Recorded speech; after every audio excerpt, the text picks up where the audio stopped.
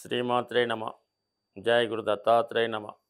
ఈ వీడియోలో మనం 2025 సంవత్సరంలో కర్కాటక రాశి వారు ఏ విషయంలో జాగ్రత్త పడాలి, అలాగే వాళ్ళు స్థిరాస్తి కొనుక్కునేటప్పుడు ఏ విధమైన జాగ్రత్తలు తీసుకోవాలి అన్న విషయాన్ని మనం ఈ వీడియోలో తెలుసుకునే ప్రయత్నం చేద్దాం.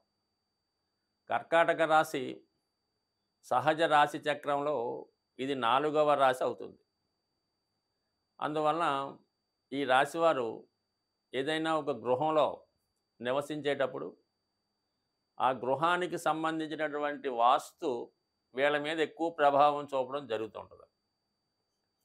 సో అందువలన ఏంటంటే వీళ్ళు జీవితంలో అభివృద్ధి చెందాలి అనుకున్న వాళ్ళు ఒక సొంత గృహాన్ని కొనుక్కునే ప్రయత్నంలో సరైనటువంటి వాస్తు ఉన్నటువంటి గృహం తీసుకోవడం వల్ల మీకు చాలా వరకు అదృష్టం కలిసి వచ్చి జాతకంలో ఉన్నటువంటి గ్రహాలు కూడా మీకు మంచి వాస్తు కలిగినటువంటి గృహంలో నివసించడం వల్ల కలిసి వస్తుంటాయి. సో అయితే ప్రస్తుతం మరి మీకు గత కొంతకాలంగా అష్టమ స్థానంలో ఉన్నటువంటి శని భగవానుడు మార్చి 29వ తారీఖున మరి అష్టమాన్ని వీడి భాగ్యస్థానంలోకి మారడం జరుగుతుంది. సో దాన్ని బట్టి ఏంటంటే కర్కాటక రాశి వారు చాలా వరకు ఊపిరి పీల్చుకున్నంత స్వేచ్ఛగా ఉంటారన్నమాట. అంటే చాలా కాలంగా ఇబ్బంది పెడుతున్నటువంటి శని భగవానుడు మీకు ఒక మంచి స్థానంలోకి మారడం వల్ల సహజంగా గత 2.5 సంవత్సరాలుగా ఉన్నటువంటి ఇబ్బందుల నుంచి చాలా వరకు మీరు బయటపడి స్వేచ్ఛగా మీరు ఎక్కడికన్నా వెళ్ళే ప్రయత్నం నెరవేరే అవకాశం ఉంది. అంటే ముఖ్యంగా 9వ స్థానం అన్నది విదేశ ప్రయాణాన్ని చెప్తుంది కాబట్టి అక్కడ ఉన్నటువంటి రాహువుతో సుమారుగా 50 రోజులు శని భగవానుడు కలిసి ఉండడం జరుగుతుంది. సో ఆ 50 రోజుల్లో కర్కాటక రాశి వారు ఏమాత్రం ప్రయత్నం చేసినా విదేశ ప్రయత్నాలు ఫలిస్తాయి. విదేశంలో ఉన్నటువంటి సంతానాన్ని కలుసుకోవచ్చు, అలాగే మీ యొక్క దూర ప్రాంతంలో ఉన్నటువంటి పుణ్యక్షేత్రాలు దర్శించవచ్చు. అలాగే మరి గురుగ్రహం గత కొంతకాలంగా ఏకాదశ స్థానంలో సంచరిస్తున్నటువంటి గురువు మీకు అనేక శుభాలను ఇవ్వడం జరిగింది. అంటే 11వ స్థానం అంటే మీకు కామత్రికోణం 7, 3, 11 చాలా వరకు మీ కోరికలు తీరే స్థానం అది. దాని నుంచి మీకు 12వ స్థానంలోకి రాబోతున్నాడు. ఇంచుమించుగా మనకి మే 15వ తారీఖు 2025 సంవత్సరంలో గురువు మీకు వ్యయస్థానంలోకి రావడం జరుగుతుంది. అంటే మీకు 4, 8, 12 మోక్ష త్రికోణాన్ని యాక్టివేట్ చేయడం జరుగుతుంది. అలాగే మంచి కార్యక్రమాలకి గురువు మీకు ధనాన్ని ఖర్చు పెట్టే ప్రయత్నం చేస్తాడు. సాధారణంగా ఎవరి జన్మజాతకంలో అయినా సరే గురువు 12వ భావంలో ఉంటే వాళ్ళు జీవితంలో ఖచ్చితంగా ఉన్నత విద్యావంతులై ఉంటారు. అలాగే వారికి కంపల్సరిగా సంతానం కలుగుతుంది. ఎస్పెషల్లీ పుత్ర సంతానం కలిగే యోగం ఉంటుంది. సో ఇక్కడ పుత్ర సంతానం అంటే వాళ్ళకి ఏదన్నా పితృదోషాలు, మాతృదోషాలు, సర్పదోషాల్లో ఉంటే ఎక్కువగా స్త్రీ సంతానం కలుగుతూ ఉంటారు. అటువంటి దోషాలు లేని వారికి పుత్ర సంతానం కలిగే అవకాశం ఉంది. అయితే గురువు సంతానాన్ని ఇచ్చే స్థానంలోకి వచ్చినప్పుడు దైవ సంకల్పంతో మీ జీవితంలో ఉన్నటువంటి పెద్దవారి ద్వారా సంక్రమించినటువంటి దోషాలకి తగిన పరిహారం చేసుకోవడం వల్ల మీకు సంతానం, పుత్ర సంతానం కలుగుతారు, మీ వంశం నిలబడుతుంది. సో ఇది అలాగే సహజ చతుర్థ స్థానమైనటువంటి కర్కాటకానికి 12వ స్థానంలోకి గురువు, 9వ స్థానంలోకి శని రావడం వల్ల ఈ సంవత్సరంలో మీరు అంటే మనకి ఇంచుమించుగా మే తర్వాత అనుకుందాం, ఏదైనా సొంత గృహం కొనుక్కునే ప్రయత్నం చేస్తే 100% మరి ఈ సంవత్సరంలో మీకు సమకూరే అవకాశం ఉంది. సాధారణంగా మీ కర్కాటక రాశి వారు కొనుక్కునే గృహంలో వారి జాతకంలో గురువు బలహీనంగా ఉంటే ఈశాన్య సంబంధించిన దోషాలు ఉండడం జరుగుతుంటుంది. దానివల్ల వాళ్ళకి దైవభక్తి ఉండదు, దైవాన్ని నమ్మరు. అలాగే ఎక్కువ శాతం పడమర దిక్కు అంటే మనకి కుజుడు అదే రాశిలో నీచ పొందుతాడు కాబట్టి దక్షిణ నైరుతి వైపు దోషం ఉండే అవకాశం ఉంది. ఆ ప్రభావం వల్ల ఏంటంటే చాలా వరకు ఈ రాశిలో ఉన్నవాళ్ళు నిరుద్యోగులుగా ఉండడం జరుగుతూ ఉంటుంది. ఎంతో కష్టం మీద వాళ్ళ పెద్దవారు పోరు పెడతా ఉంటే వాడు ఏదో ఉద్యోగానికి వెళ్ళే ప్రయత్నం చేస్తూ ఉంటాడు. సో ఈ దక్షిణ నైరుతి దోషం ఉన్నటువంటి ఇంట్లో నివసించడం వల్ల వీళ్ళకి అభివృద్ధి అయితే రాదు. ఎంత చెప్పినా వాళ్ళకి పెద్దగా పట్టించుకోరన్నమాట. సో అలాగే చంద్రుడు స్వక్షేత్రంలో ఉంటాడు ఈ రాశిలో కాబట్టి వాయువ్య దోషం అంటే ఉత్తర వాయువు కానీ పడమర వాయువు కానీ దోష ప్రభావం ఉండడం వల్ల జాతకుడు విదేశ ప్రయత్నాలు అయితే ఫలిస్తుంటాయి, కానీ అక్కడికి వెళ్ళాక ఎందుకు ఉపయోగం లేకుండా పోతూ ఉంటుంది. సో అందువల్ల ఏంటంటే కంపల్సరీగా మీరు ఈ 2025వ సంవత్సరంలో మీకు గృహయోగం ఉంది కాబట్టి మీరు ప్రస్తుతం మీ గృహంలో ఉన్నటువంటి వాస్తు దోషాన్ని సరిచేసుకుంటే మీ సంతానానికి కానీ మీకు కానీ సొంత గృహం ఏర్పాటు చేసుకునే యోగం ఈ సంవత్సరంలో ఉంది.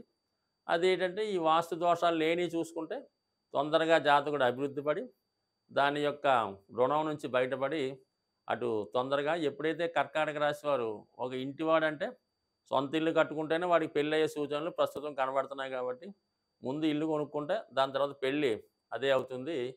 అలాగే మరి చాలా వరకు 9వ స్థానంలో మరి ఈ సంవత్సరం సుమారుగా ఏప్రిల్ నెల నుంచి మే 19, 20 తారీఖుల వరకు 9వ స్థానంలో ఏర్పడినటువంటి ఈ శని రాహుల కలయిక భాగ్యస్థానం అన్నది జాతకుడి యొక్క ధర్మస్థానం.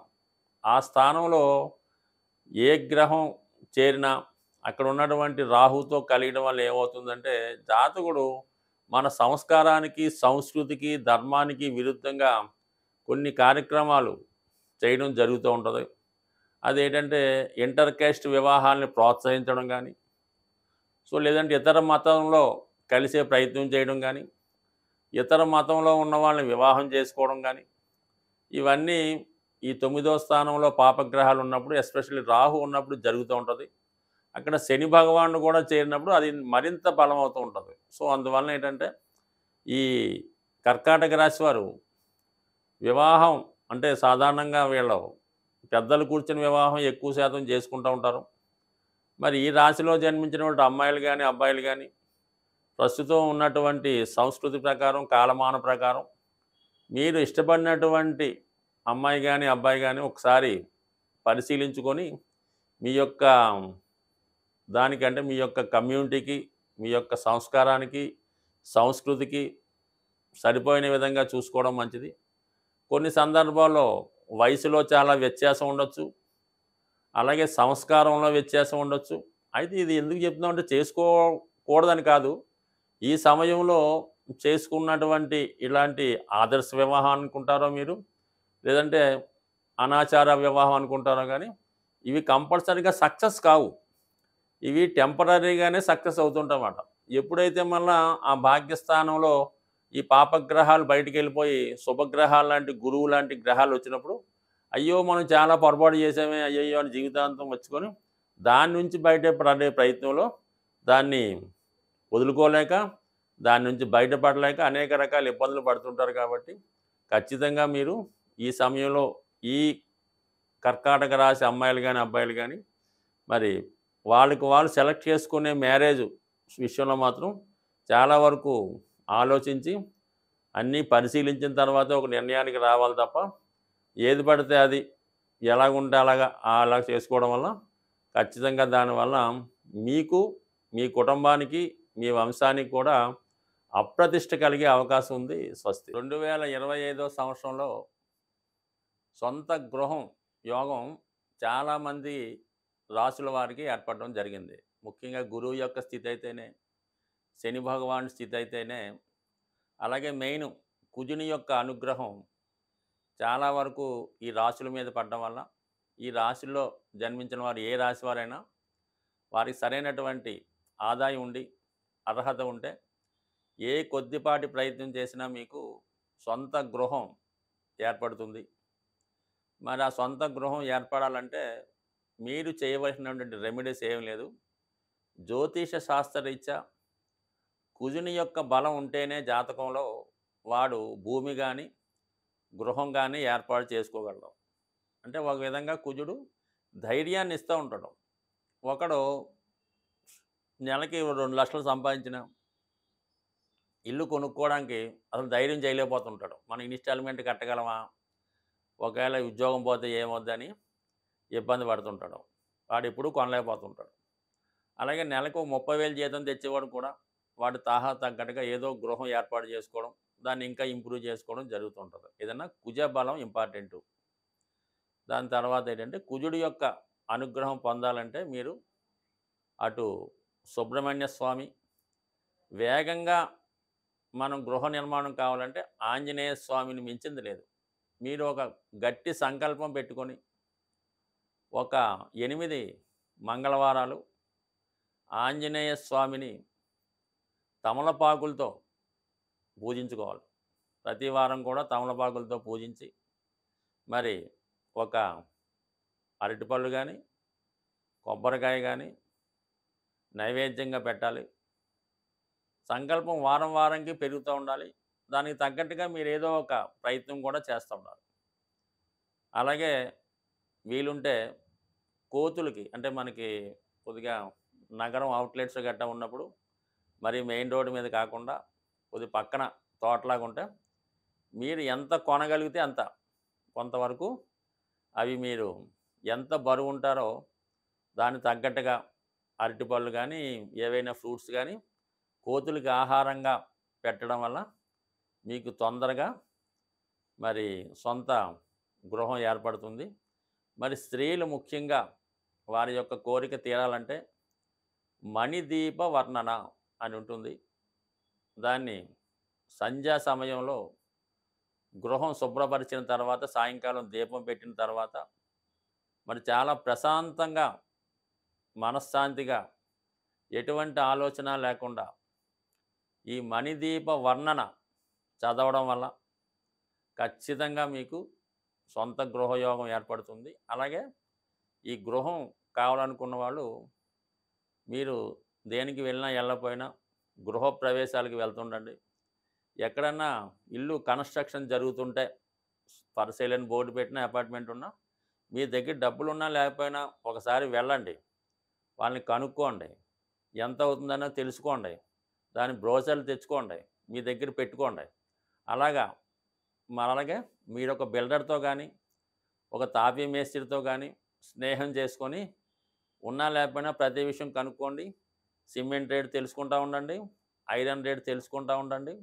భూమి విలువ ఊరికనే తెలుసుకొని ఫ్రెండ్స్‌కి చెప్తూ ఉండండి. కంపల్సరీగా అదంతా యాక్టివేట్ అయ్యి ఖచ్చితంగా మీకు ఒక గృహం అన్నది ఏర్పడుతుంది.